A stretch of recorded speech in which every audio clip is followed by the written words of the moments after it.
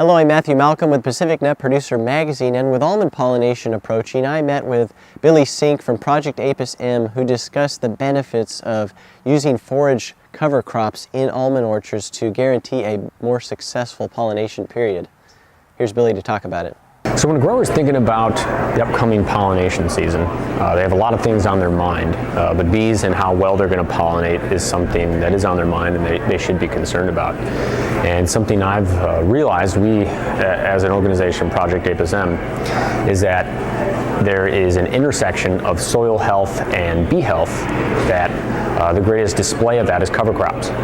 And what we see is when you plant, for example, the Pam mustard mix, you plant it nice and early and the weather cooperates, you get this bountiful bloom before the almonds. And what that does is support the bees and create a positive feedback.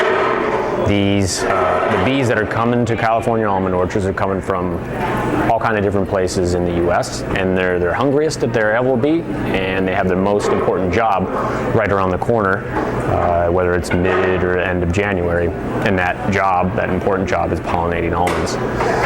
So we can see that when you plant something that is available for the bees beforehand, before the almonds bloom, creates a positive feedback loop. More pollen comes in, more bees get reared, and that brood has a pheromone, has a smell to it, and that tells the bees inside the hive, the foragers, to go leave the hive and get food, and feed it to your young bees you have on the way, and that creates a positive feedback loop.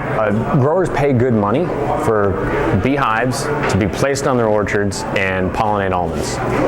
And there's a concern that if you plant something else, another blooming, pretty looking flower out there, that the bees will be distracted by it and go to it maybe as opposed to the almonds. It's a valid concern, but it's not one that we're really seeing backed up by science and all. In fact, there's evidence to suggest that it's even helping the bloom, helping the yield, helping the nut set.